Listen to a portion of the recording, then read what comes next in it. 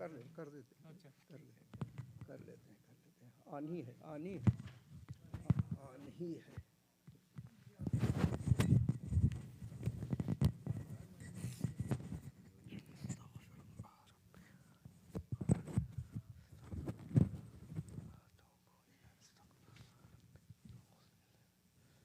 صلوات.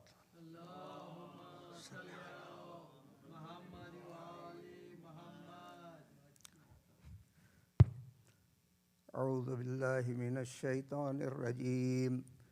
بسم اللہ الرحمن الرحیم. عن جابر بن عبد اللہ الانصاری انہ قال عن فاطمة الزہراء علیہ السلام بنت رسول اللہ صلی اللہ علیہ وآلہ قال سمعت فاطمة انہا قالت دخل علی ابی رسول اللہ فی بعض الایام فقال السلام علیک یا فاطمة فقلت علیک السلام قال انی اجد فی بدنی ضعفا فقلت له اعیذک باللہ یا ابتاه من الضعف فقال یا فاطمة ایتینی بالکساء الیمانی فغطینی به فأتیته بالکساء یمانی فغطیته به وسرت انظر الیہ وإذا وجهه يتلألأ كأنه البدر فی لیلۃ تمامہ و کمالہ.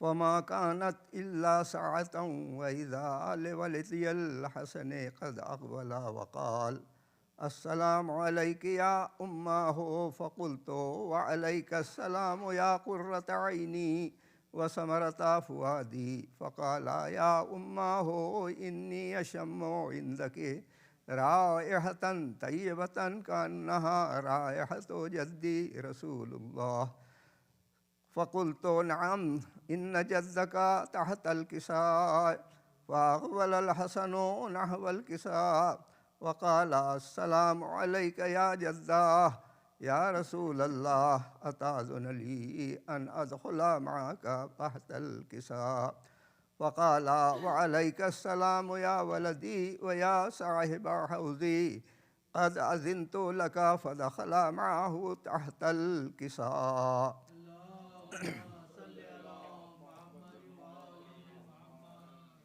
فما كانت إلا ساعة وإذا بولدي الحسين قد أقبل وقال السلام عليك يا أماه فقلت وعليك السلام يا ولدي ويا قرة عيني وثمرة فؤادي فقال لي يا أماه إني أشم عندك رائحة طيبة كأنها رائحة جدي رسول الله صلى الله عليه وآله فقلت نعم إن جدك وأخاك تحت الكساء فدنا الحسين نحو الكساء وقال السلام عليك يا جد السلام عليك يا جداه والسلام عليك يا من اختاره الله أتأذن لي أن أكون معكما تحت الكساء فقال وعليك السلام يا ولدي ويا شافع أمتي قد أذنت لك فدخل معهما تحت الكساء.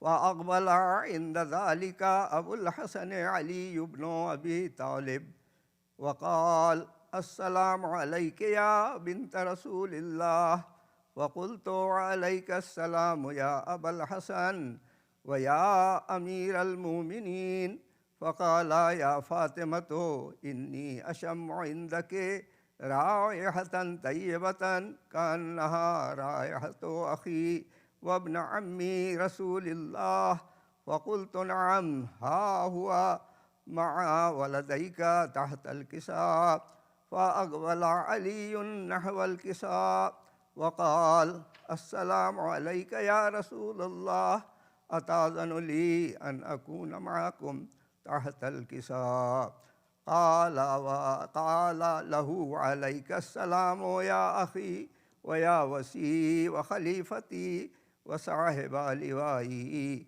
قد أذنت لك. فدخل علي تحت الكساء.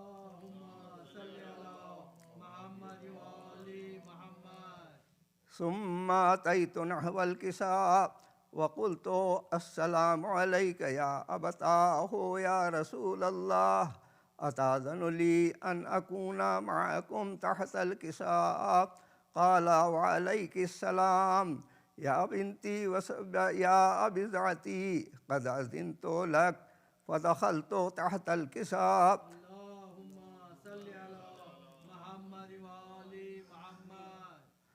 فلما اكتملنا جميعا تحت الكساء أخذ أبي رسول الله بطرفي الكساء وأومأ بيده اليمنى إلى السماء وقال اللهم إن هؤلاء أهل بيتي وخاصتي وعامتي، لحمهم لحمي ودمهم دمي، يؤلمني ما يؤلمهم ويحزنني ما يحزنهم.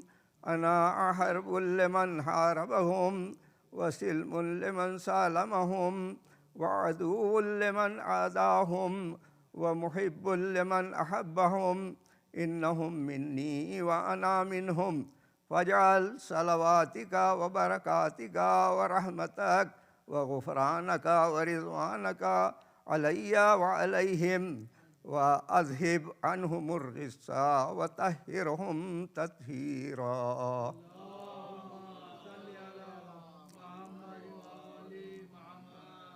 وقال الله عز وجل يا ملائكتي ويا سكان سماواتي إني ما خلقت سماء مبنيا ولا أرضا مدحيا ولا قمرا منيرا ولا شمسا مضيا ولا فلكا يدور ولا بحرا يجري ولا فلكا يسري إلا في محبة هؤلاء الخمسة الذين هم تحت الكساء.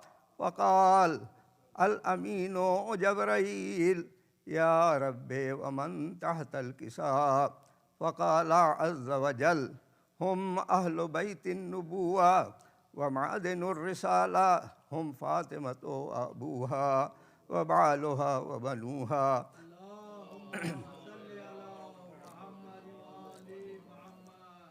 فقال جبرائيل يا ربي أتأذن لي أن أهبط إلى الأرض لأكون معهم سادسا؟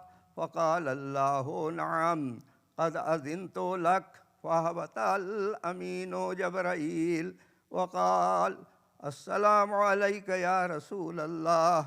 العلي العالى يقرئك السلام ويخصك بالتحية والإكرام ويقول لك وعزتي وجلالي إني ما خلقت سماء مبنيا ولا أرضا مدحيا ولا قمرا منيرا ولا شمسا مضيا ولا فلكا يدور ولا بحرا يجري ولا فلكا يسري إلا لأجلكم ومحبتكم، وقد أذن لي أن أدخل معكم، فهل تأذن لي يا رسول الله؟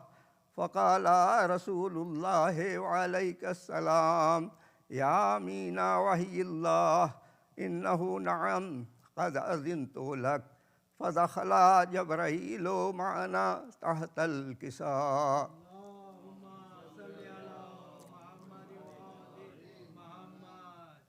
وقال لأبي إن الله قد أوحى إليكم يقول إنما يريد الله ليذهب عنكم الرجس أهل البيت ويطهركم تطهيرا.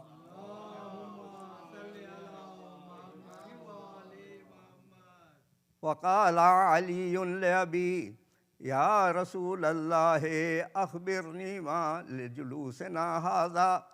تحت الكساء من الفضل عند الله. فقال النبي والذي بعثني بالحق نبيا واصطفاني بالرسالة رسالة نجيا ما ذكر خبرنا هذا في محفل من محافل أهل الأرض وفيه جمع من شيعتنا ومحبينا إلا ونزلت عليهم الرحمة وحفت بهم الملائكة واستغفرت لهم إلى أن يتفرقوا. فقال علي إذا والله فزنا وفاز شيعتنا ورب الكعبة.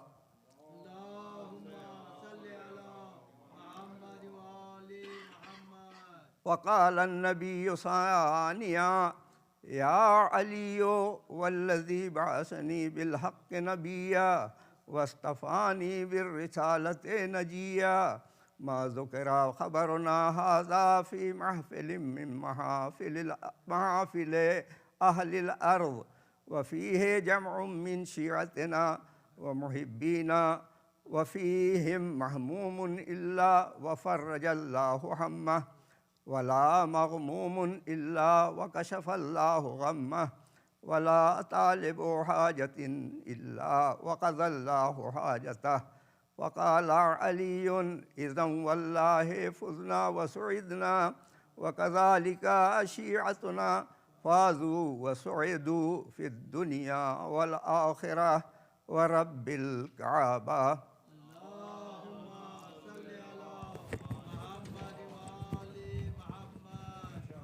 ایک سورہ فاتحہ برائے مرحومین.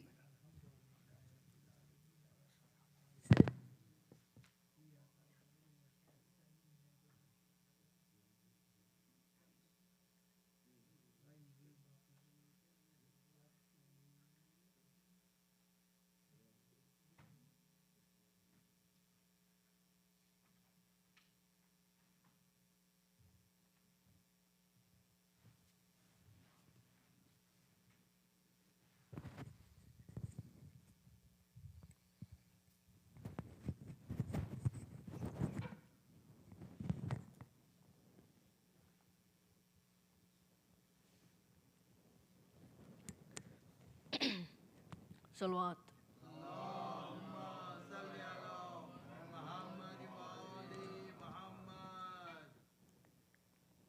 آجا اصغر کی جگہ میری سکینہ سو جا.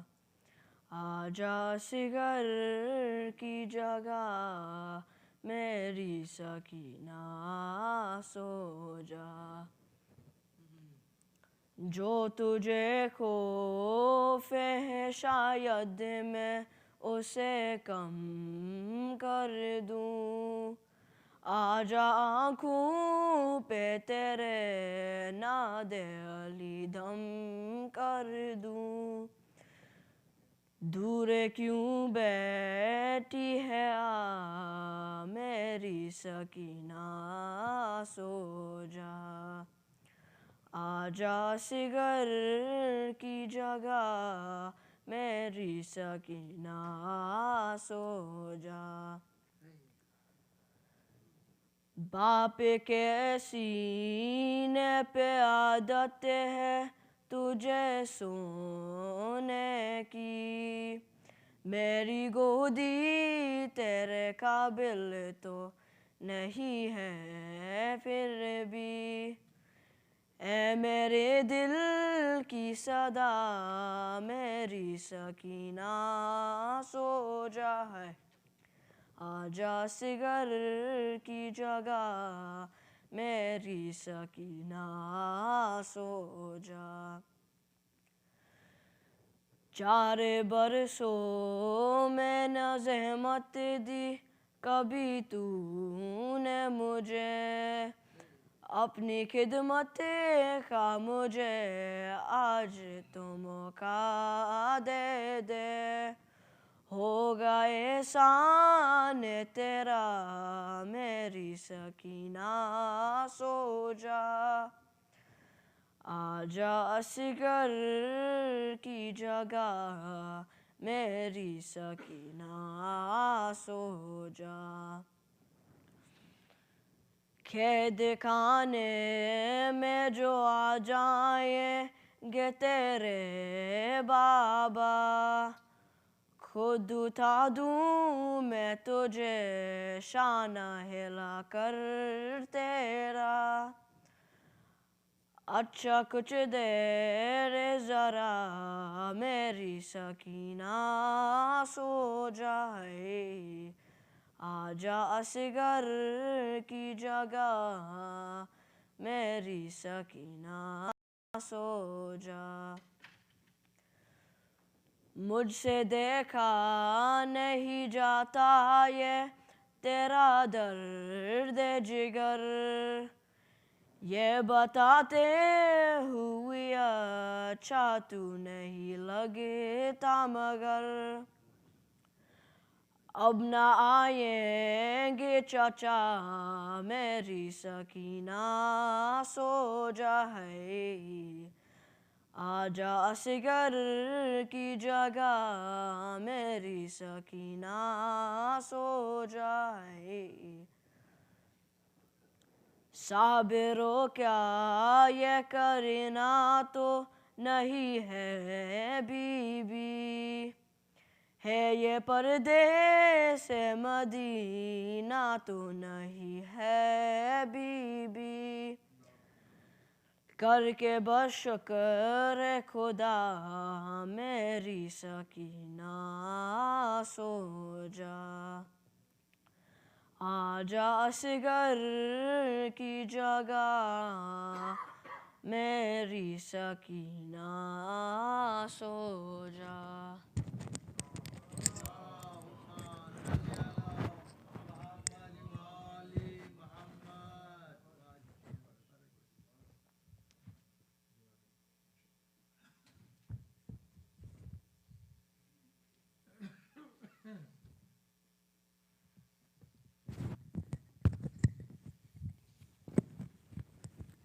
صلوات.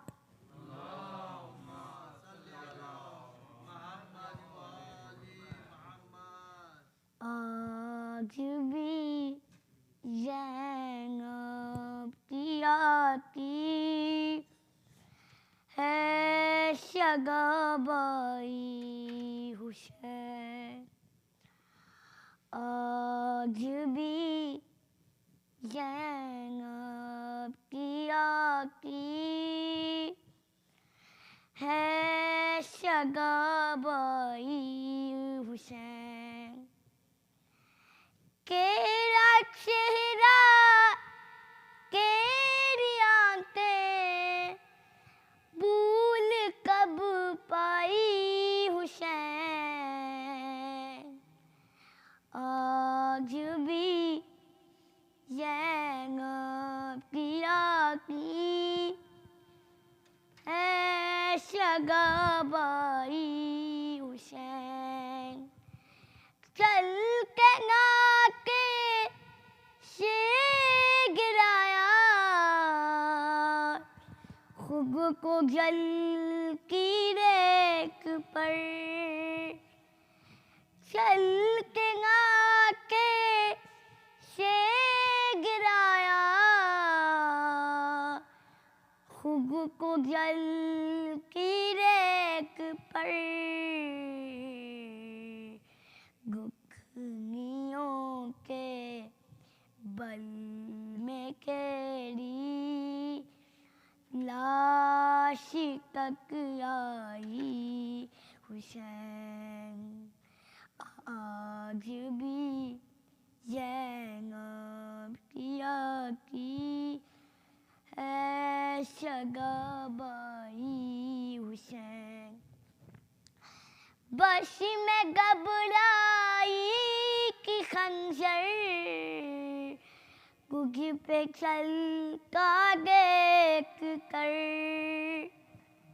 بش میں گھبرائی خنجر گگ پہ چل کا دیکھ کر. کسی مشکل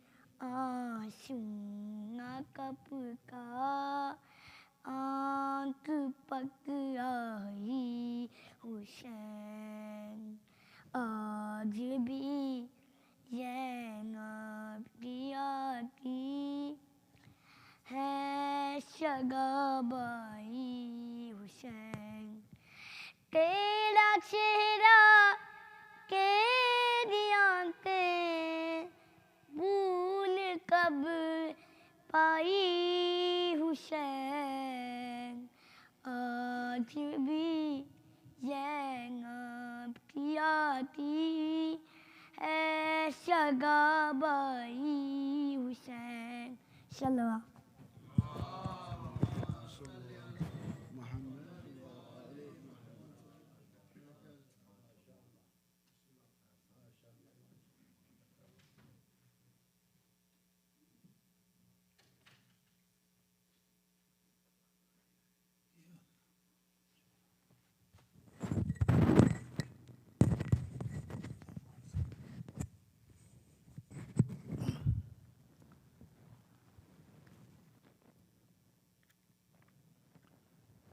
ज़्यादा वक्त नहीं लूँगा एक मुख्तसर सच्चे भाई का एक कलाम सलवात भेज देना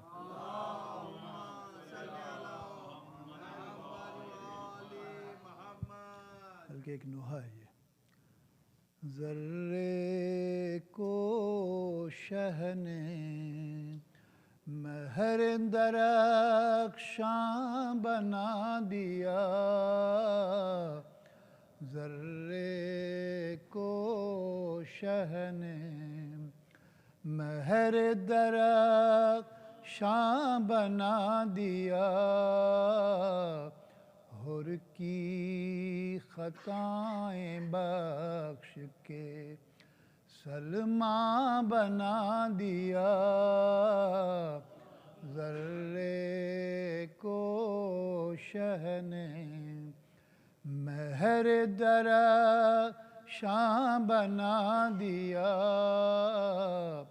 क़ुरआन को समेट के नुक्ते की शक्ल में क़ुरआन को समेट के नुक्ते की शक्ल में ओ हक़ ने अली को मरक़दे ईमान बना दिया ज़र्रे को शहने महर दरख्शां बना दिया ओ गम है ये कारनामाए दौरे अमीर शाम गम है ये कारनामाए दौरे अमीर शाम हो ईमान को कुफ्र कुफ्र को ईमान बना दिया ज़र्रे को शहने महर दरख्शां बना दिया ओ काफिर बना दिया अबू तालिब से शख्स को काफिर बना दिया अबू तालिब से शख्स को और सुफियान से लईन को मुसलमान बना दिया ज़र्रे को शहने महर दरख्शां बना दिया और घर को लुटा के मानिए ज़िब्ह अज़ीम ने और घर को लुटा के मानिए ज़िब्ह अज़ीम ने और सुफियानियत को बेसरो ساما بنا دیا ذرے کو شہ نے مہر درخشاں بنا دیا اور پہچان ہر زمانے میں شمر و یزید کی پہچان ہر زمانے میں شمر و یزید کی اور کتنا حسینیت نے ہے آسان بنا دیا ذرے کو شہ نے مہر درخشاں بنا دیا اور اصغر کی موت نے علی اکبر کی موت نے اصغر کی موت نے علی اکبر کی موت نے اور بانوں کے دل کو خانہ ویراں بنا دیا ذرے کو شہ نے مہر درخشاں بنا دیا اور شہ نے لہو سے سینچ کے اسلام کا شجر شہ نے لہو سے سینچ کے اسلام کا شجر اجڑے ہوئے چمن کو گلستان بنا دیا ذرے کو شہ نے مہر درخشاں بنا دیا حر کی خطائیں بخش کے سلمان بنا دیا ذرے کو شہ نے صلوات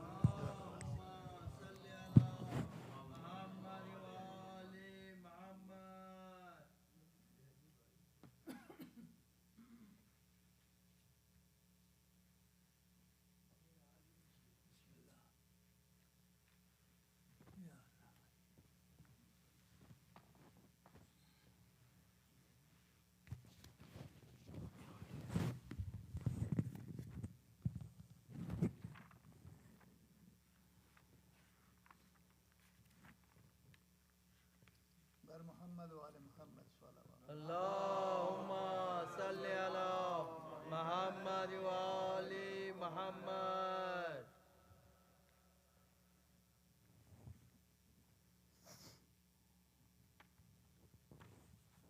بہت ہی اختصار کے ساتھ ابھی ہے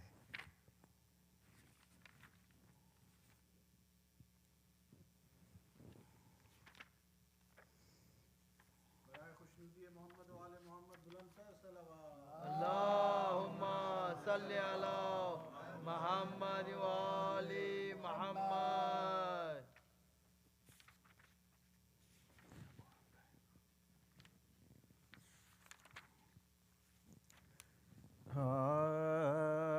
جب گل ہوا چراغے حرم قید شام میں یعنی سکینہ مر گئی یاد امام میں دیکھیں ستم یزید کے دربار عام میں شیخ سلام کو گئی دارس شیخ سلام کو گئی دارالسلام دنیا میں داد رسنا ملا داد خواہ کو جا کر نشاں تماچوں کے دکھلائی جا کر نشاں تماچوں کے دکھلائی گل پڑ گیا حسین کی عاشق نے کی خزا بانوں نے نبض دیکھی تو پایا نہ دم ذرا چلائے صدقے جاؤں مجھے دے گئی دغا اپنی کہیں نہ میری سنی ہائے اپنی کہیں نہ میری سنی ہائے کیا کی اصغر کو کچھ پیام بھی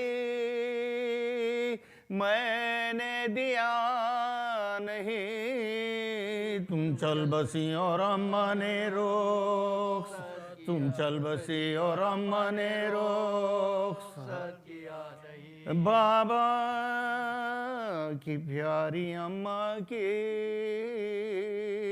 پیاری زباں کو کھول لائی ہوں شربت میری پیاسی دہاں کو کھول مارو رہی ہے دیدے گوہر فشاں کو کھول مہماں بندھے گلے سے نہ جاری مہماں بندھے گلے سے نہ جاری دادی کڑیں گی بی بی کی زلفیں سوالوں لو اٹھو یہ پھٹا ہوا کرتا لو اٹھو یہ پھٹا ہوا کرتا اٹھا اصغر کی بھولی باتیں سناؤ نثار ماں اکبر کا ذکر کر کے رلاؤ نثار ماں سیلی کا نیل ماں کو دکھاؤ نثار ماں بابا کو جا کے در پہ بلاؤ بابا کو جا کے در پہ بلاؤ نثار ماتم کے غلغلے ہیں نا رونے کے جوش ہیں بی بی جو اب خاموش ہیں تو بی بی جو اب خاموش ہیں تو سب خاموش منہ ڈھانپنے کا وقت ہے پچھلا پہر ہوا بابا کو تیرے روتی ہوں اٹھ ساتھ دے میرا کرتے سے منہ کو ڈھانپ کے پہلو میں بیٹھ جا اماں کی بیٹی اماں کو آواز اماں کی بیٹی اماں کو آواز دے ماتم سرائے گھر تھا تیرے بین کرنے سے زندان سونا ہو گیا بی بی زندان سونا ہو گیا بی بی کے یہاں کس کے پاس رہتی شہ کربلا نہیں بی بی کے ناز اٹھانے کے خاطر چچا نہیں نادار ماں پانی نہیں اور غذا نہیں پر اب کفن کے واسطے مطلق پر اب کفن کے واسطے مطلق ردا اماں کے پاس رہنے سے ایزا اٹھا چکی بی بی تماچے کھا چکی گردن بی بی تماچے کھا چکی گردن بنا چکی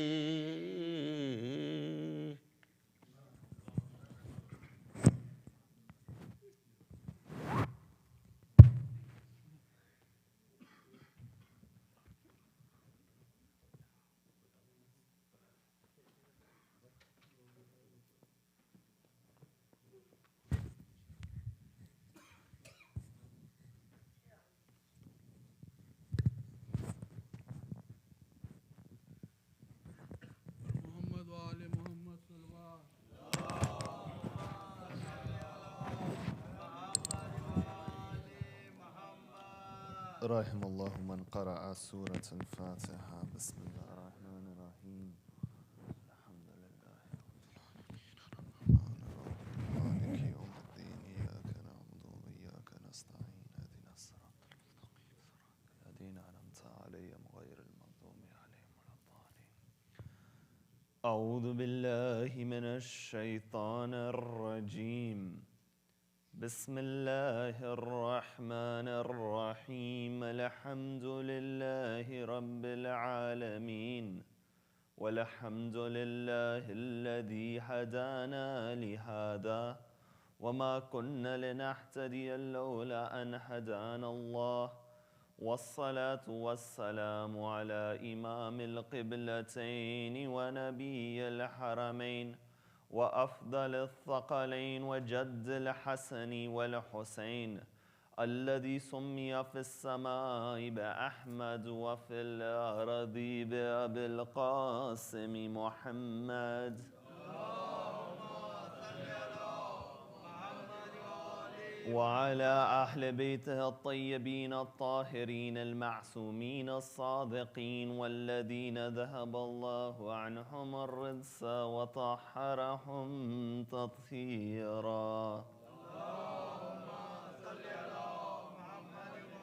اللهم صل وسلم وزد وبارك على صاحب الدعوة النبوية والسولة الحيدرية والعصمة الفاطمية والحلم الحسنية والشجاعة الحسينية والعبادة السجادية والمآثر الباقرية والآثار الجعفرية والعلوم الكاذمية والحجج الردبية والجود التقوية والنقاوة النقبية والحيبة العسكرية والغيبة الإلهية اللهم عجل فرجه وسهل مخرجه أما بعد فقد قال الله في كتابه الكريم بعد أعوذ بالله من الشيطان الرجيم بسم الله الرحمن الرحيم أم حسبت أن أصحاب الكهف والرقيم كانوا من آياتنا عجبا صلوا على محمد For the love of Ahlul Bayt alayhim as-salam, sallu ala Muhammad wa ali Muhammad. For the love of Fatima al-Zahra, salamullahi alayha, a second salawat ala Muhammad wa ali Muhammad. For the hastening of the reappearance of the master of our time, a third salawat ala Muhammad wa ali Muhammad.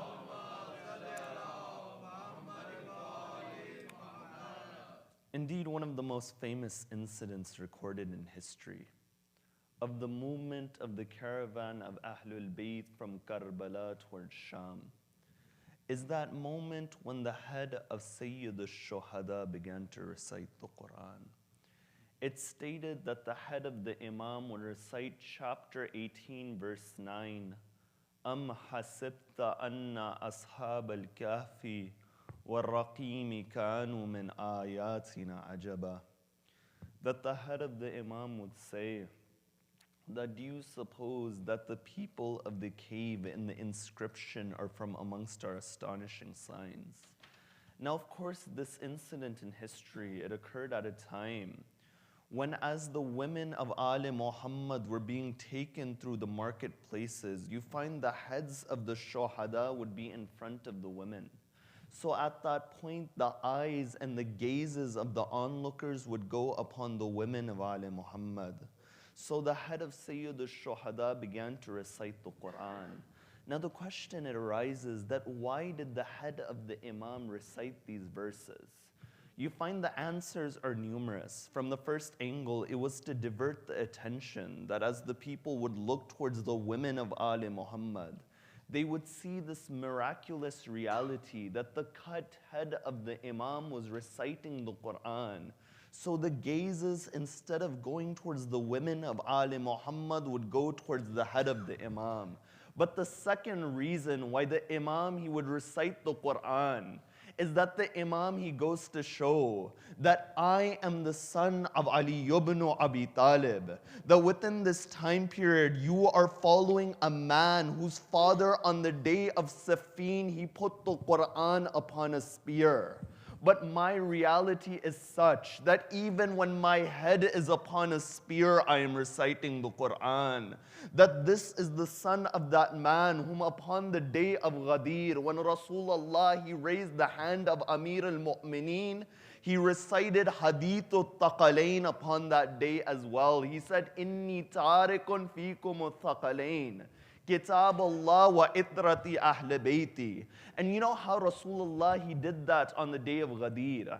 It stated that the Prophet of God, when he would say, I leave behind Quran and Ahlul Bayt, the fingers of the Prophet were these two fingers. They weren't these fingers. You know, they said to the sixth Imam that, O Ja'far as-Sadiq, salawatullahi wa salamu alayhi. They say, O Ja'far as-Sadiq, you state that upon the day of Ghadir, when your grandfather said, Inni tarikun fikum al-Thaqalain, the fingers he used were two sababas. You find in Arabic, each of the fingers has a name. This is sababa, this is wusta. He asked the Imam that why was it these two fingers? The Imam, he says, when you look at these fingers, you find one is larger than the other. When Rasulullah said, I leave behind Quran and Ahlul Bayt, he used those two fingers which were equal in size. That Sayyid al-Shuhada time and time again would remind of this reality. But you find the third reason why the head of the Imam would recite this verse is because the incident of Ashabul Kahf has a relation towards the movement of Sayyid al-Shuhada. That when the head of the Imam recites chapter 18 verse 9, it is not out of random, it's not arbitrarily that the Imam would recite this verse.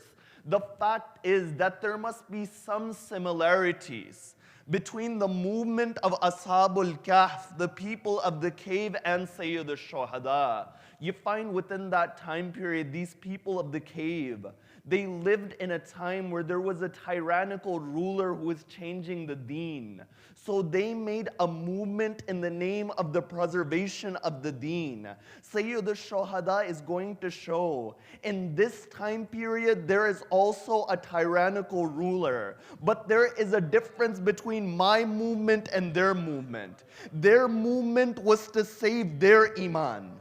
My movement is to save the iman of this entire ummah, the entire nation of my grandfather. You find this reality, it exists. You know, tonight the subject is analyzing the movement of Ashabul Kahf so we can understand the movement of Sayyid al-Shuhada. You find when you look at this chapter, the 18th chapter of the Quran, this entire chapter is about preserving one's iman in Akhirul Zaman, in the end of times. You know, the tradition of Rasulullah would state that the one who wants to protect himself from the afflictions of the Dajjal, he should hold on to the recitation of Suratul Kahf. You find this chapter has an immense linking with the movement of Imam al-Zaman Ajjalallahu Ta'ala Farajahu al-Sharif. And the movement of the 12th Imam is none other than a continuation of the movement of Sayyid al-Shuhada. You know, doesn't that tradition state, one of the most authentic traditions that we have, that when Rayhan ibn Shabib, he sees Imam al-Rida upon the day of the first of Muharram, Imam al-Rida, he says towards Yamna Shabib, O Yamna Shabib, that why are you not mourning? Yamna Shabib, he says, oh my master, why are you mourning in this way? The Imam says, O Yamna Shabib, do you not know that it is the first of Muharram? The Imam, he says, Yabna Shabib, in kunta baqiyan li shay'in fabki lil Husayn ibn Ali. He says, O son of Shabib, if you ever want to cry, whatever it may be, whether it's your broken heart, whether it's problems in your own personal life, O son of Shabib, cry over my grandfather Hussein, Then he says, فَإِنَّهُ ذُبِحَ كَمَا يُذْبَحُ الْكَبْشِ. For my grandfather was slaughtered in the way that they slaughter a sheep. Then the Imam says, وَقُتِلَ مَعَهُ ثَمَانِيَةَ عَشَرَ رَجُلًا مِنْ أَهْلِ بَيْتِهِ مَا لَهُمْ فِي الْأَرْضِ شَبِيهُونَ. He says from his family there were 18 people who were killed, the likes of which this planet has not seen. Then he says, O Yamna Shabib, do you not know that 4,000 angels, they descended upon my grandfather. When they descended, they found that my grandfather was killed. So they stayed at that spot where his body it rests, and until the rising of the Imam, they are mourning at that spot. You find from this tradition, we understand two things. The first thing we understand is that the malaika and the angels are those creation of Allah which were created for ubudiyah. If the angels are coming from alam-e-malakut to alam-e-mulk to cry over Sayyid al-Shuhada, it goes to show that crying over Hussein is an act of ibadah without shak within it. But the second reality is that this tradition, it shows the link between the movement of our 12th Imam and the movement of Sayyid al-Shuhada. Now when Surah Al-Kahf is a chapter which is linked with the 12th Imam, you find it's also linked with Imam al-Hussein. That who is Ashabul Kahf? What can we learn from these individuals? You find whenever you have a Quranic analysis, the goal of that Quranic analysis is to find how those stories and incidents, they apply within your life in the 21st century. You know, I'll give you an example. If I told you Prophet Hud, you would say that what occurs in your mind is that there was a prophet and his society, they built homes upon the mountain, but because they didn't have iman in Allah, they were destroyed. But if I rephrase it in a different manner, and if I tell you this incident in the Quran is about a group of people that despite the technological advancements of their society, there was a moral decay within that society, you'll say that this story is something which is much more relatable towards us within today's time period. But you find reflection is that key. When you look at the story of Ashabul Kahf, you find you understand a number of realities. You understand the role of the youth. You understand the concept of hijrah and migration. You understand what it means to preserve your iman in a society which is devoid of iman and faith. You know, Ashabul Kahf, they lived in the end of the Roman Empire in modern day Turkey. The king of that time, his name was Daqyanus.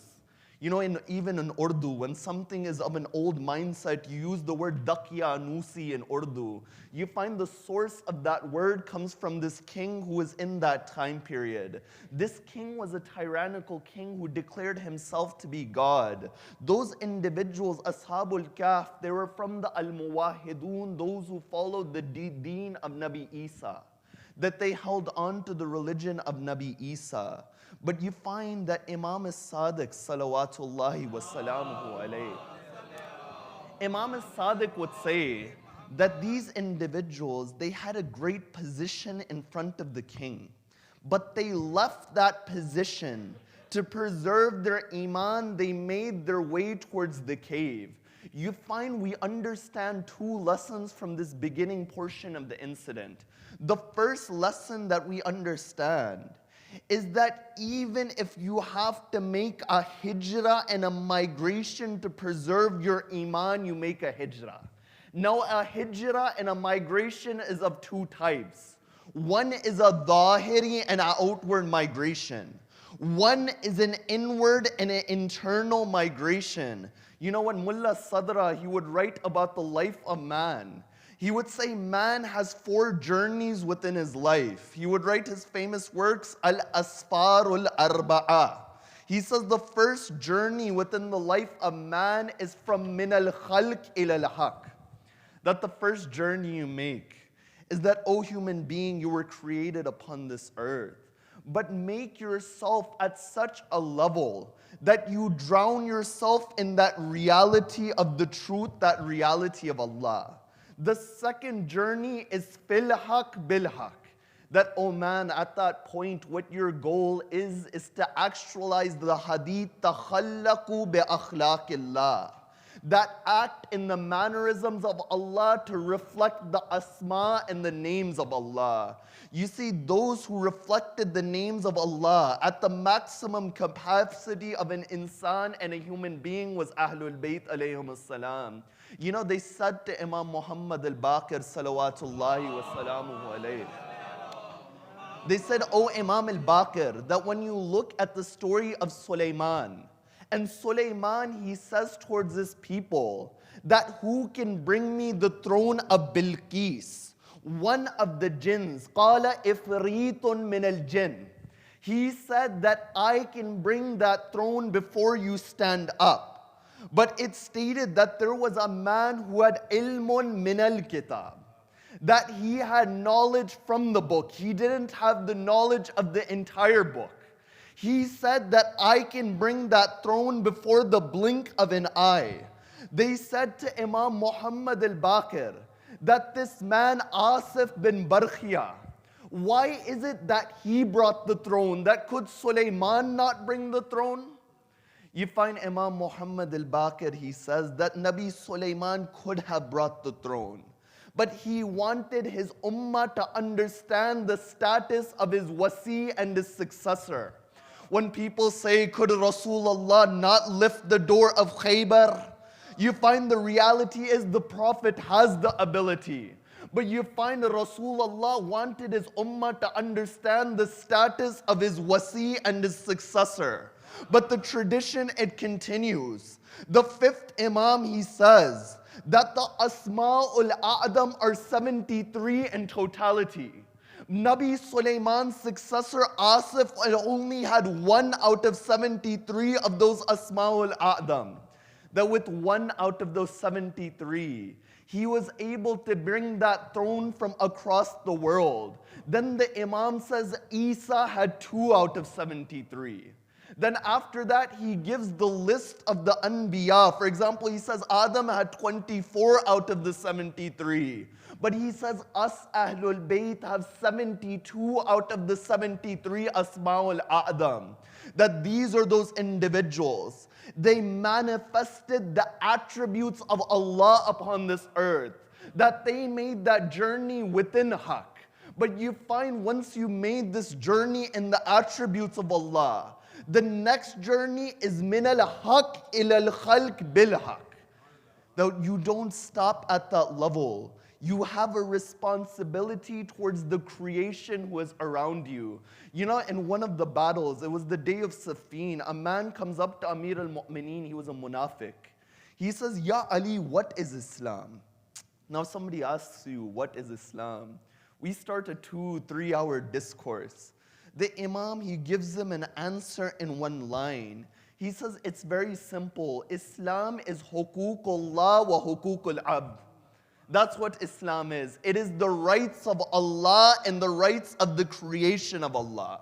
If you fulfill both of these, then you are upon the path of Islam and submission. Then the fourth journey is within the creation, O human being. That once you have this connection with the divine, one hadith it states, a mu'min will not be able to elevate into the next level of iman unless he takes another believer with him.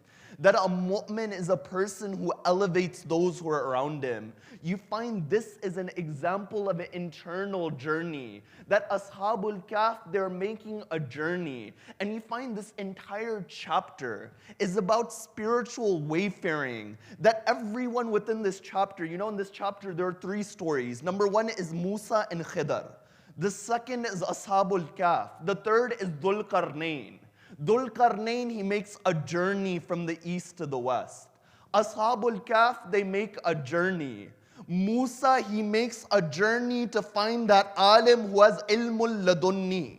That alim who has ilm from Allah, from the direct presence of Allah. You find journeying is that reality. But the second lesson we take from Ashabul Kahf in the beginning is that we find out that those who are upon the path of Haqq will always be in the minority. Those upon the path of Haqq will always be in the minority. Why is that? Because when you have principles and you hold on to those principles, you are not able to do whatever it takes to benefit yourself. Your responsibility is towards those principles that you hold on to. You know, Ibn Abbas, he goes towards Amir al-Mu'mineen. You know, after the Imam, he becomes the Khalifa. You find the Imam, he gives a sermon. He says, anyone who served in the illegitimate regimes before me, I will remove them. And anyone who is a ghasib, anyone who has usurped money from the Baytul Mal, I will take that money back to the extent that if your fathers paid the dowries of your mothers with the money from the Baytul Mal, I will take that back. After that, Amir al-Mu'mineen, he begins to de-appoint all of the governors from the previous regimes who were people of falsehood. When he de-appointed Muawiyah, Ibn Abbas, he says, Ya Ali, that if you keep Muawiyah, it will be better for the stability of the Muslim Ummah. Amir al-Mu'mineen says, O Ibn Abbas, that may be the case, but at the same time, I am bound towards the truth and haqq, that I cannot let a man like that serve within my rulership. That you find those who are in the minority, they have principles that they hold on to. You know, it's stated in the time period of the 6th Imam. A man comes to the Imam. He says, oh Imam, you have followers. Why don't you have an uprising? The Imam, he says, I have followers. He says to the man, do you see that oven? Go and sit within that oven. That man, he says, oh Imam, I'm your follower. I'm your lover. Why are you telling me to do this? History, it says, at that point, a man by the name of Harun al-Makki was walking by. The Imam, he says, oh Harun al-Makki, go and sit within the oven. Harun al-Makki, without asking any questions, he goes, he sits in the oven, the door gets closed. The other man, he begins to worry. He says, oh Imam, he was your follower. This is what you did towards him. Imam as-Sadiq says, open the door towards the oven.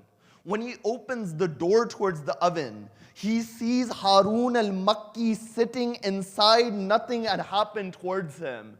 You find that those who have this principle and this level of faith are those in the minority. You know, the Quran, it says, these individuals, they make their migration. When they go towards the cave, Daqyanus, the ruler, he sends people to go find them. But amongst the group that were finding them, one of them was a believer. He saw that they were within the cave. So he closed the cave and he wrote an inscription with their names upon it, according to many of the mufassirin. You know, when the verse it says, Am hasibta anna ashab al-kafi war-rakimi. That what is this word rakim? You know, you find even in modern Arabic, the word markoom, it means something which is written down, something which is accounted. You know, I'll give you another verse from the Quran which uses this word rakam and its derivatives. There's a verse of the Quran that says, Kalla, inna kitab al-abrari lafi illiyin, wama adraka ma illiyun. Yashhaduhu, it says what? It says, La yashhaduhu illa al-mukarrabun. It says the book of the abrar, the books of the righteous people. You know, in the Quran, there are 3 groups. There is Ashabul Yameen. There's Ashabul Shamal or Mash'ama and Maymana, the people of the right hand, the people of the left hand. But you find the 3rd group are the honorable people, the abrar, those who are muqarrab towards Allah. It's stated that the abrar are those whose books are within the illiyin, in that highest reality. And these individuals, they have the ability to witness the deeds of other people. You know, when our traditions state that our deeds are presented to the Imam of the time on Laylatul Jum'ah, you find these concepts are proven through Quranic commentary and Quranic analysis. That these are those individuals that had al-ilmul huduri due to the purity of their soul. You find knowledges of two types. You find one is al-ilmul husuli, and the discussion might be difficult, but I think you're up for it. The discussion, it says that the first type of knowledge is that knowledge which you acquire through the median of your senses. When you see something or you hear something, you find this is a knowledge which you acquire. That there is a concept in your mind, and through that concept you gain that knowledge. But you find that there is a type of knowledge that due to the taharat of somebody's nafs, due to the purity of the soul, a person is able to get that knowledge directly. That person with basira and insight. You know, when our fourth Imam, he says about Sayyida Zainab, Anti bihamdillah, alimatun ghayru mu'allama. The Imam, he says, oh my aunt, you by the praise of Allah are that alima whom nobody taught you. This is a line which shows the status of Sayyida Zainab as an abidah, as that servant of Allah, that her soul was so pure when it came to the acquisition of knowledge, she didn't need a teacher. That is that understanding and ma'rifat of Allah that she had. You find this is that reality. The Quran, it says that they are able to see that book of deeds, the word rakam, something which is marqum. So you find this Ashabul Kahf, they go towards the cave. When they go towards the cave, the Quran, it says, وَنَحْنُ نَقُصُّ عَلَيْكَ نَبَأَهُمْ بِالْحَقِّ إِنَّهُمْ فِتْيَةٌ آمَنُوا بِرَبِّهِمْ وَزِدْنَاهُمْ هُدًى وَرَبَطْنَا عَلَىٰ قُلُوبِهِمْ. The Quran, it says that when they went towards the cave, we narrate their story with the truth. And they go towards the cave and they pray towards their Lord, so we increase them in guidance. And we fortified and strengthened their hearts. That the next reality from this incident that you find is that when one moves in the path of Allah, Allah, He strengthens the hearts of those individuals. That doesn't that Hadith al-Qudsi it state? One Hadith al-Qudsi, it says, Man taqarraba ilayya shibran, taqarrabtu ilayha dhira'an. You know, what is the difference between shibr and dhira? You find when you look at the Arabic lexicons, shibr is that length of your hand at its normal extension from the thumb towards the pinky. A dhira is from your elbow to the end of your fingers.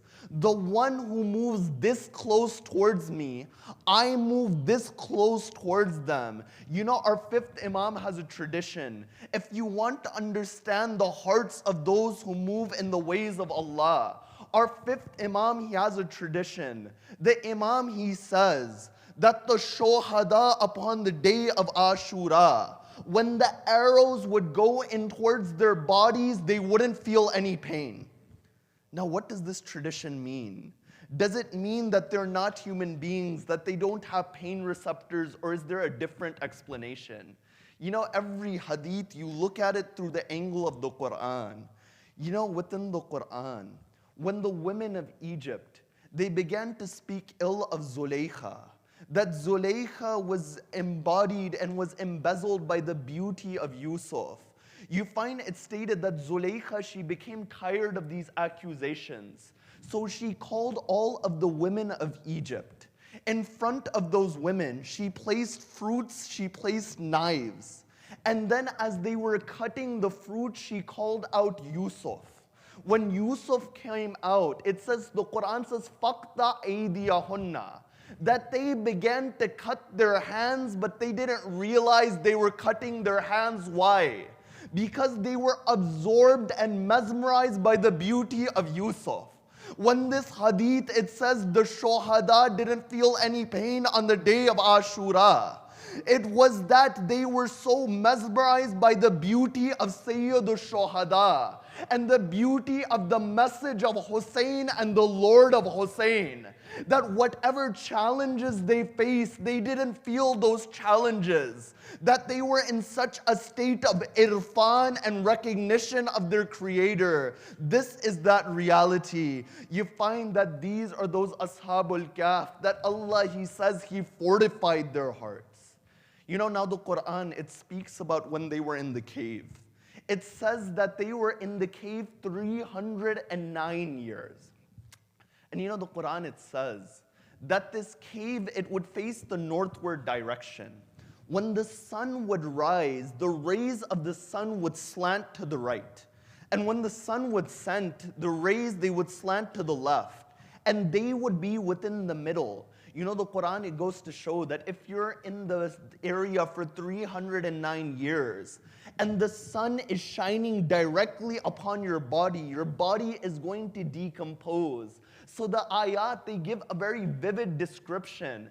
And then after that, it says, وَتَحْسَبُهُمْ أَيْقَادًا وَهُمْ رُقُودٌ. If you looked at them, you would think that they were awake, but in reality, they are sleeping. Why? Because anyone would come to the entrance of the cave, they would find that their eyes were open, their dog would be laying in front of them. Then the Quran, it says, وَنُقَلِّبُهُمْ دَاتَ الْيَمِينَ وَدَاتَ الشِّمَالِ. We would turn their bodies to the right, and we would turn their bodies to the left. That if you're sleeping for that many years and your blood, it is accumulated in one place, you find that this would be something which is detrimental to the body. So their bodies, they had circulation. Then after that, it says, وَقَلْبُهُمْ بَاسِطٌ ذِرَاعَيْهِ بِالْوَسِيدِ. And their dog would lay in front of him with his arms, with his paws, forearms stretched. You know, there's an interesting historical incident with this ayat. It's stated when Nasiruddin Tusi was being buried. Now, who is Nasiruddin Tusi? You know, even upon the moon, there is a crater called the Tusi crater. Many of the followers of Ahlul Bayt, they don't know this, that even upon the moon, NASA, they named a crater after Nasiruddin Tusi, who was a Shia Itna Ashari alim. That when you go to a trigonometry classroom, and today you see the 6 functions, cosine, tangent, etc. towards the end of them. You find these 6 functions were the contributions of Nasiruddin Tusi, a Shia alim. That you find there was not a subject within the sciences and the intellectual sciences that Nasiruddin Tusi, he didn't write. Now when Nasiruddin Tusi was being buried, he was being buried in Qadmain by the grave of Imam Musa al-Qadim. Salawatullahi wa salamu alayhi. He was being buried by Imam Musa al-Qadim. Nasiruddin Tusi, he says, that I am being buried in front of my Imam. And when you bury someone, you find their legs are stretched out, their legs are straight. He says, Sharia, it doesn't allow for my legs to be folded when I'm buried. If Sharia, it allowed that, then I would request for me to be buried with my legs folded. But he says there is one solution. He wrote within his wasiyah that if I am going to be buried by my Imam with my legs stretched out, write this ayat upon my grave. وَقَلْبُهُمْ بَاسِطٌ ذِرَاعَيْهِ بِالْوَسِيدِ. And their dog he laid with his forearms stretched by the entrance. That this is the adab of the ulama in the darbar of Muhammad and Ali Muhammad. That these are those true ulama. That when it came to the doorsteps of Ahlul Bayt, they would lower themselves at the doorsteps of Ahlul Bayt. You know, a man, he goes to Allama Tabatabai, he insults Allama Tabatabai. They say towards that man that you have insulted such a great alim like Allama Tabatabai. That man, he goes towards Allama. He says, please forgive me. I thought that you were a Martiya Khan. I thought you were somebody who would recite Martiya. I didn't know you were an alim. This is why I insult you. Allama Tabatabai, he says, how I wish I would recite Martiyas for my master Sayyid al-Shuhada. He says, all of the academic work I do does not compare towards that poetry for Hussein. Why is this philosophy there? You know, when you conceptualize concepts, the impact, it only goes so far. But you find it is the connection of the hearts which changes society. The moment you can touch the heart of an individual, then you can change the state of society. Now it's stated these individuals, for 309 years they're within the cave. The Quran, it says, قَالَ قَائِلٌ مِّنْهُمْ. One of them, he says, كَمْ لَبِثْتُمْ. That how long do you think we've been in here? Another one, he replies by saying, لَبِثْنَا يَوْمًا أَوْ بَعْدَ يَوْمٍ. Either we've been here a day or a part of a day. In reality, 309 years have passed. The Quran, it shows a lesson that no matter how long your life is, it will always feel short towards you, because within your fitrah and your nature, you are desiring baqa and eternity. You know, if you ask many of our elders within this room, they'll reply by saying that, you know, it only feels like 5-6 years ago we were in our homes in Pakistan or Hyderabad or Lucknow or wherever you may be from. You find that time, it didn't go by like that, but the reality is this is the nature of time. You know, it's stated that when Malakul Maut goes towards Nabi Nuh, he speaks towards Malakul Maut. He says, "O Malakul Maut, that do you give me permission that I can walk to that tree which is by me?" Malakul Maut says, "O Nabi Nuh, when I'm commanded to take a soul, I take it in the state that it is in. But since you are the Hujjat of Allah, you are Allah's prophet, I give you permission." So at that point, Nabi Nuh, he walks towards that tree. Malakul Maut says, "Oh Nuh, how did you find your life?" You know, Nuh, according to the traditions of Ahlul Bayt, lived 2,500 years. Nabi Nuh replies by saying, "My life was as short as this walk which I just made to the tree near me." At that point, Malakul Maut says, "Oh Nabi Nuh, in Akhir Zaman, there will be a group of people that they live only 70 or 80 years. At that point, Nabi Nuh says, 70 or 80 years, that's it? He says, if my life was that short, I would spend my life in one sajda towards Allah, in one prostration towards Allah. Malakul Maut says, "Oh Nabi Nuh, they'll have time for everything, but they won't have time for that sajda and that ibadat which you desire, O Nuh."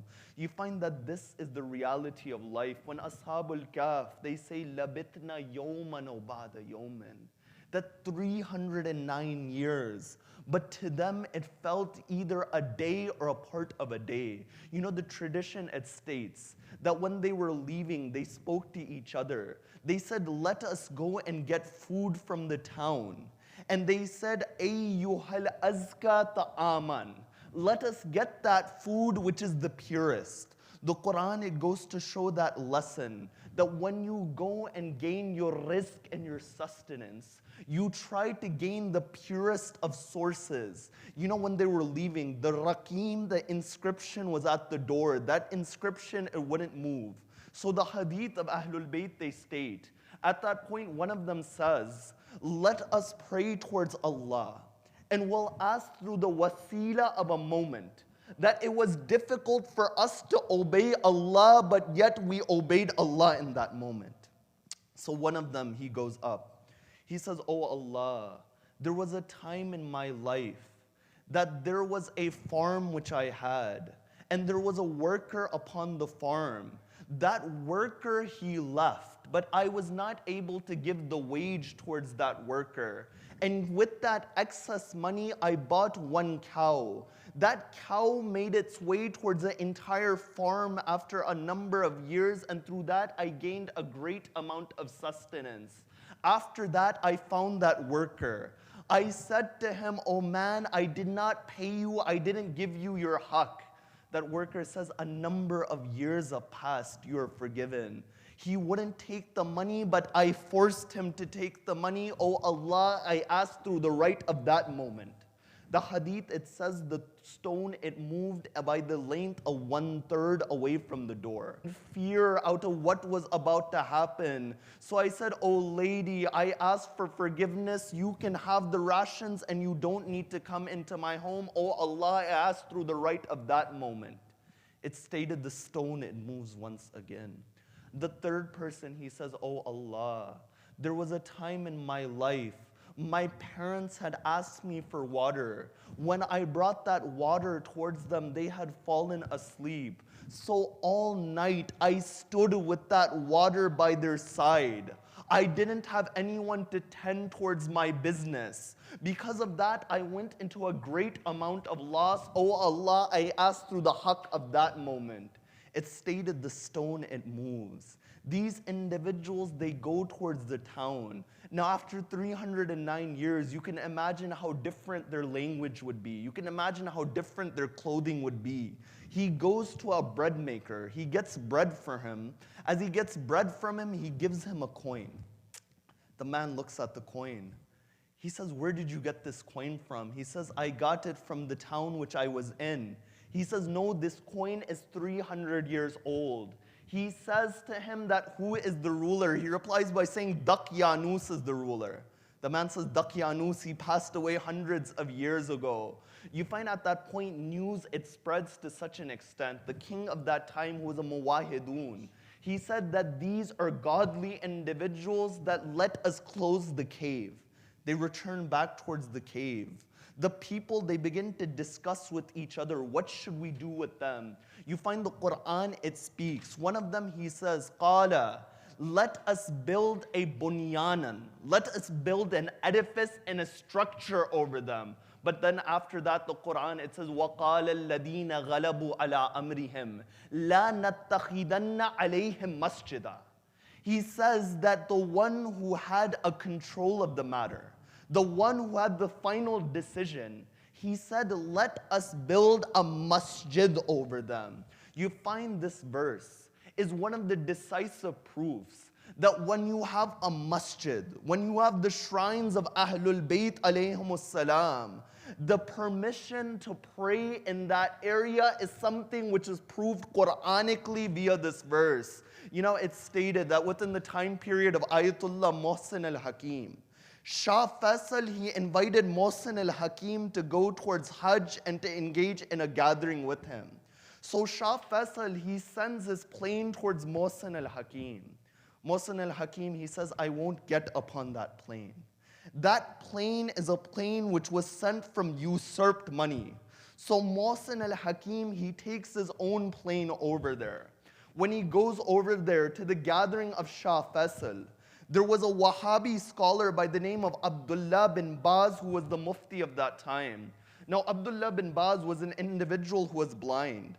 As he's going around the table, he's saying, Salaam alaikum, Salaam alaikum, Salaam alaikum. He skips over Mohsin al-Hakim. Shah Faisal, he says, why did you skip over my guest? Abdullah bin Baz says he is a kafir because he is Shi'i. He says, why are the Shi'i disbelievers?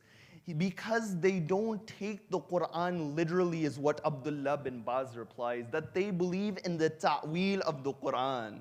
At that point, Mohsin al-Hakim, he says that if we are not to take the ta'wil of the Quran, that if we can only take the Quran literally, you will be the first person at loss. Why?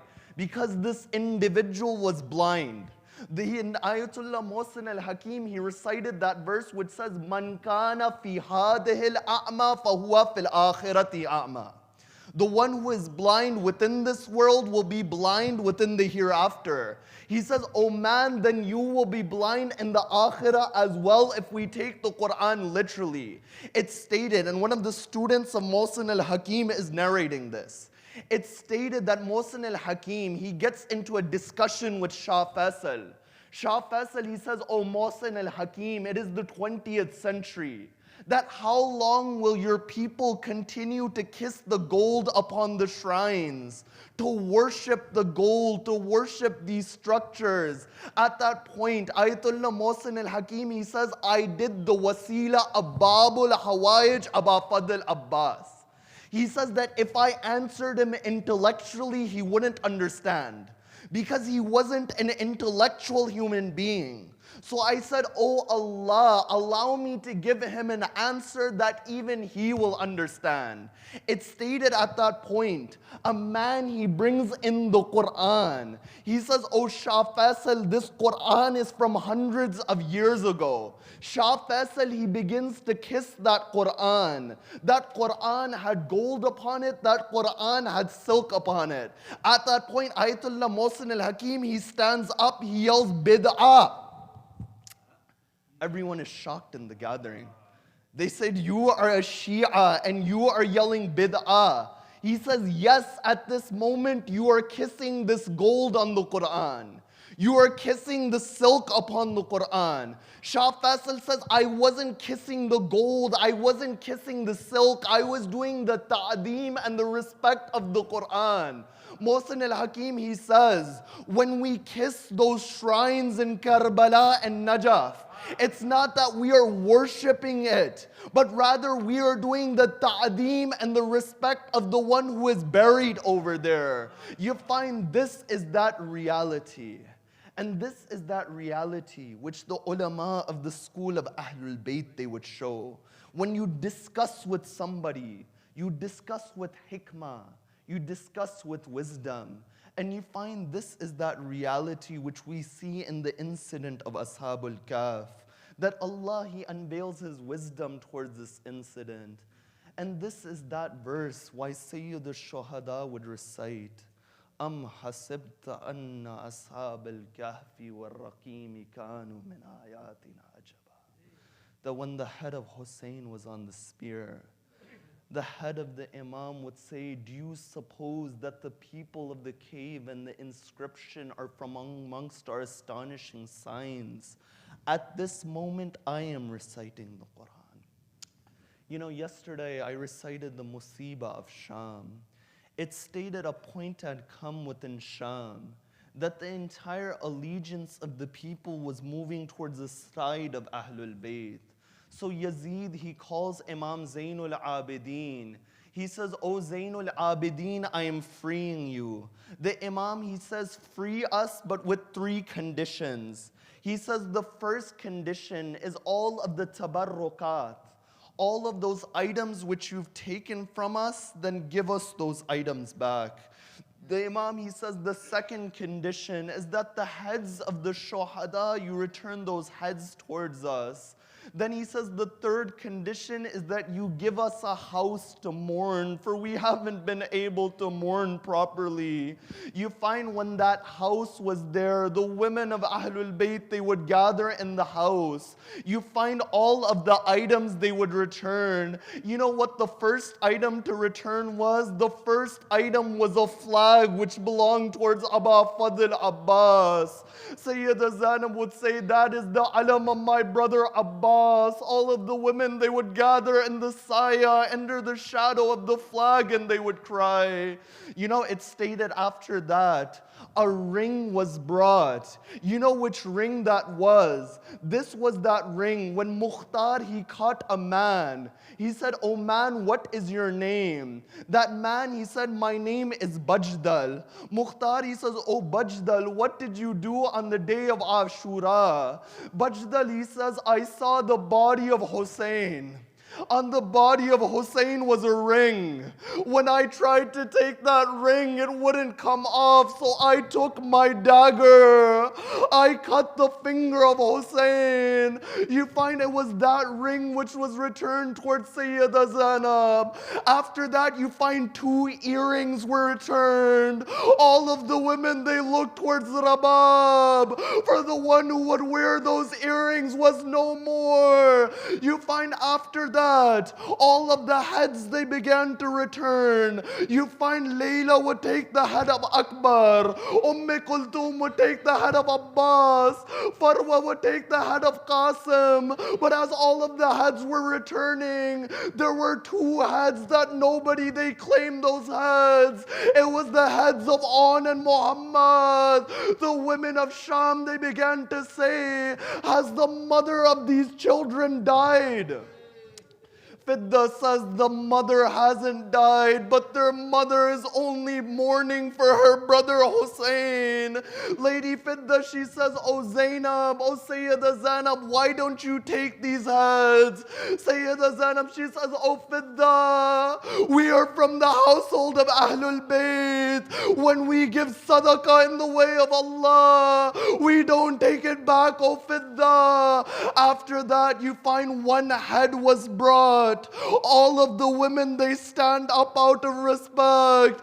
They begin to say, "Wa Husaina, Wa Husaina, Wa Ghariba." You find it was the head of Sayyidul Shuhada.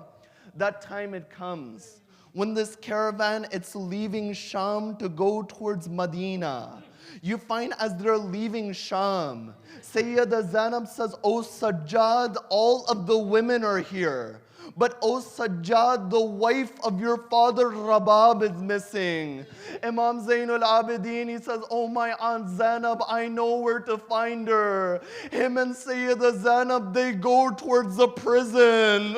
Within that prison, Rabab was holding on to a grave. She was crying in the way a child cries holding their mother. She was saying, "Oh Sakina, you are the one who wanted to go towards Medina.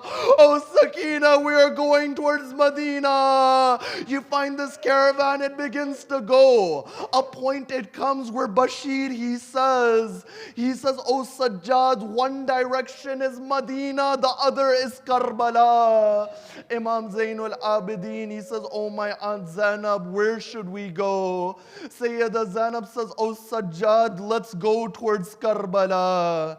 You know when somebody passes away, two moments are the most difficult.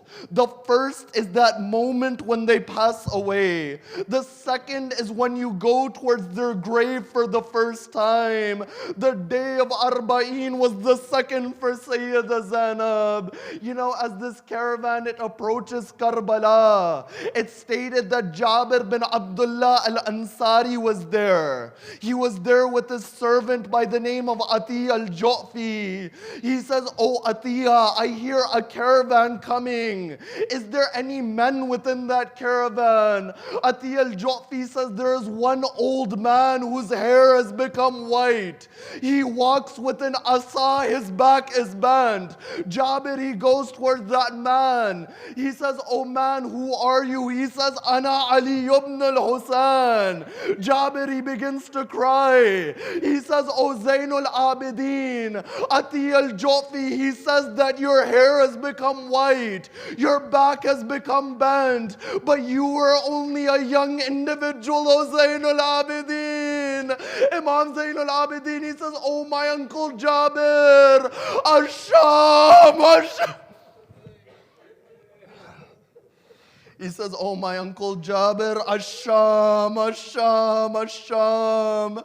He says, "Oh my uncle Jabir, you weren't there when they cut the head of my father." He says, "Oh Jabir, you weren't there when they took the hijab of my aunts." "Oh Jabir, you weren't there when they ripped the earrings of my sister." "Oh Jabir, you weren't there when they would take the tips of the arrows. They would poke my aunts with those arrows." He says, "Oh my uncle Jabir, look at the marks upon my neck." You find after that, they would go towards the bodies of the shuhada. They would go to the grave where all of the companions were there. After that, Sayyida Zainab, she says, "Oh my nephew Zainul Abidin, where is the grave of my brother Abbas?" You find as they're going towards the grave of Abbas, Sayyida Zainab, she stops all of the women. She says, "Oh women of Ahlul Bayt, tell Abbas everything. Tell Abbas we went to a courtyard. Tell Abbas our hijab was taken. But don't tell Abbas that we love Sakina." You find after that, They go towards the grave of Sayyid al-Shuhada. Sayyida Zainab, she falls upon that grave. She says, oh my brother, forgive me. That why is Sayyida Zainab asking for forgiveness? That Zainab is Ummul Masa'ib. Sayyida Zainab, she says, oh my brother, you gave me one amana. You gave me a trust. I left that trust in the prison. على لعنة الله على القوم الظالمين.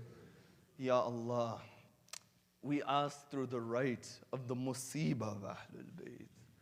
We ask through the right of Muhammad and Ali Muhammad that wherever the followers of Ahlul Bayt are in difficulty, help them. Ya Allah, we pray for those who are sick and ailing from amongst our communities. Ya Allah, we pray for the strength to follow the footsteps of Muhammad and Ali Muhammad. We pray for the intercession of Muhammad and Ali Muhammad.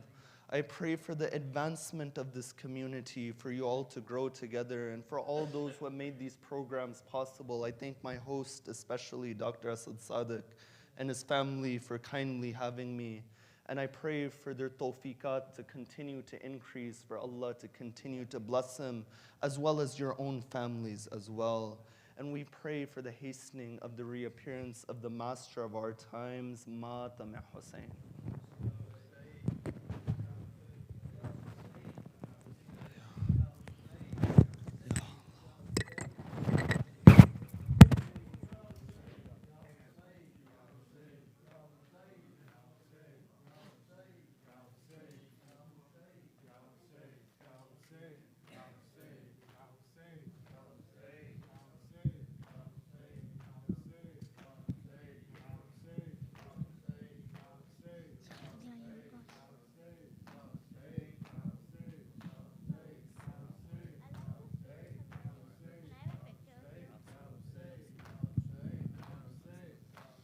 Shahara chaya dashro khaji, Shahara chaya dashro khaji.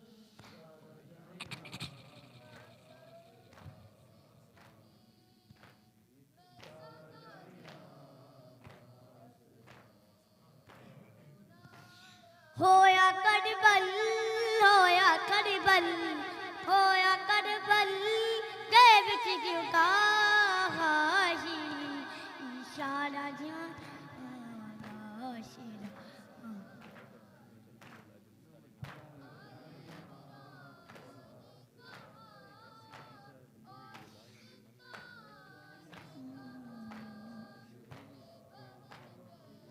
Sheikh गाकू Hussain छोड़ने आए शेख गाकू हुसैन छोड़ने आए जगाकू हुसैन छोड़ने आए शेख गाकू हुसैन छोड़ने आए फिर भी पूरा ना मिल सका हाजी इशारा जान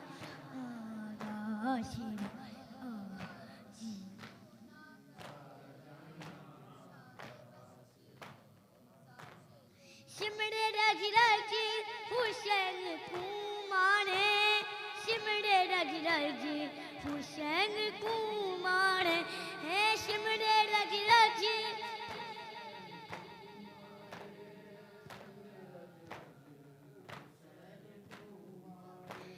Jaan gade nahi reha khaji ishara jaya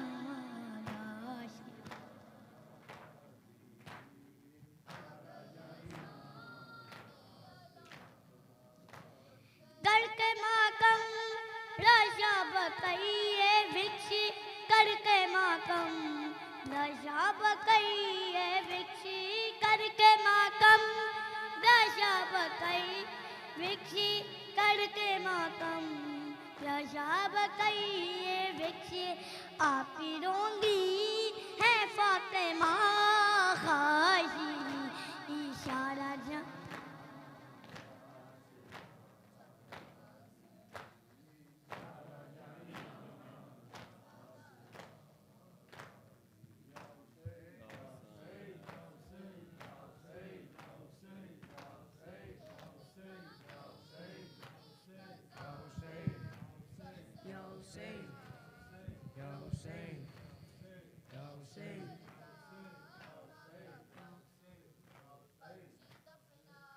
تیرا سینہ نہیں لبدا بابا میں رل گیا تیرا سینہ نہیں لبدا بابا میں رل گیا تیرا سینہ نہیں لبدا بابا میں رل گیا تیرا سینہ نہیں لبدا بابا میں رل گیا انجلاتے ہوئے دور میں دے انجلاتے ہوئے دور میں دے تے کورونا بھول گیا تیرا سینہ نہیں لبدا بابا میں رل گیا تیرا سینہ نہیں لبدا بابا میں رل گیا انہیں بولیا شر کا شمر دیا نل ضربہ تیرے کنجر دیا انہیں بولیا شر کا شمر دیا نل ضربہ تیرے کنجر دیا انج پیدل میں ٹریا انج پیدل میں ٹریا میرے تلیاں بھول گیا تیرا سینہ نہیں لبدا بابا میں رل گیا تیرا سینہ نہیں لبدا بابا میں رل گیا بابا میں کو شام کو لوکانے تیرے بعد کنیزی بچ گیا بابا میں کو شام کو لوکانے تیرے بعد کنیزی بچ گیا میں غیرت سے یادا دی میں غیرت سے یادا دی او ویلے مر گیا تیرا سینہ نہیں لبدا بابا میں رل گیا تیرا سینہ نہیں لبدا بابا میں رل گیا جد گل تیرے ضرباں چلیاں میں کول کلو کی دینی رہی جد گل تیرے ضرباں چلیاں میں کول کلو کی دینی رہی نہیں ملیا سر تیرا نہیں ملیا سر تیرا وہ ترلے کر دی رہیا تیرا سینہ نہیں لبدا بابا میں رل گیا تیرا سینہ نہیں لبدا بابا میں رل گیا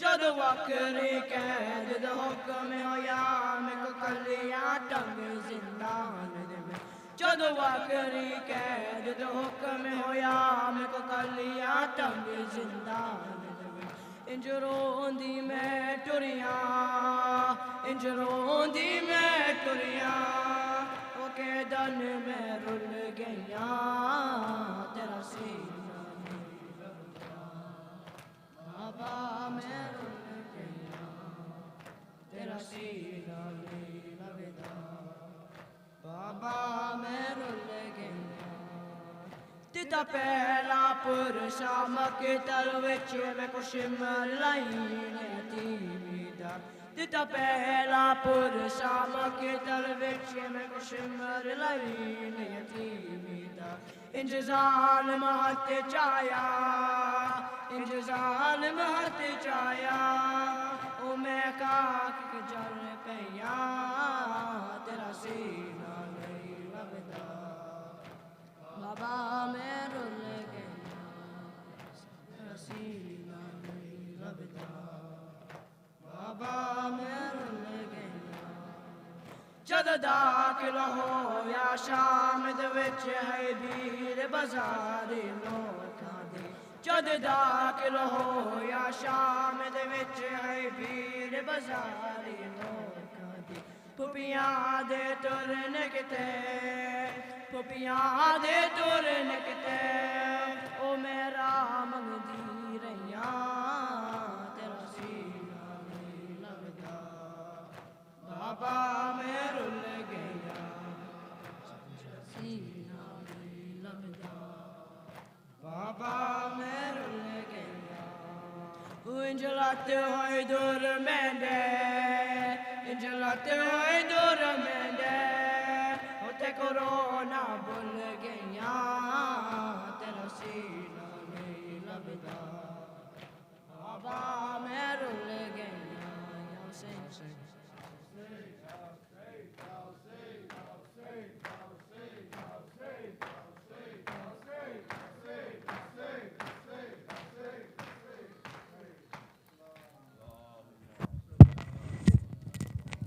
السلام عليك يا رسول الله خاتم النبيين. السلام عليك يا أمير المؤمنين ووسي رسول رب العالمين. السلام عليك يا فاطمة سيدة النساء العالمين. السلام عليك يا حسن بن علي المجتبى ناسه الأمين. السلام عليك يا أبا عبد الله. السلام على الحسين وعلى علي بن الحسين وعلى أولاد الحسين وعلى أصحاب الحسين. السلام عليك يا تسعة المعصومين من ذرية الحسين. السلام عليكم ورحمة الله وبركاته. السلام عليك يا غريب الغرباء. السلام عليك يا معين الضعفاء والفقراء. السلام عليكم ورحمة الله وبركاته. السلام عليك يا مولاي يا صاحب الزمان. السلام عليك يا شريك القرآن وكعبة الإيمان. أجل الله تعالى فرجك وسهل الله تعالى مخرجك وظهورك. السلام عليكم ورحمة الله وبركاته.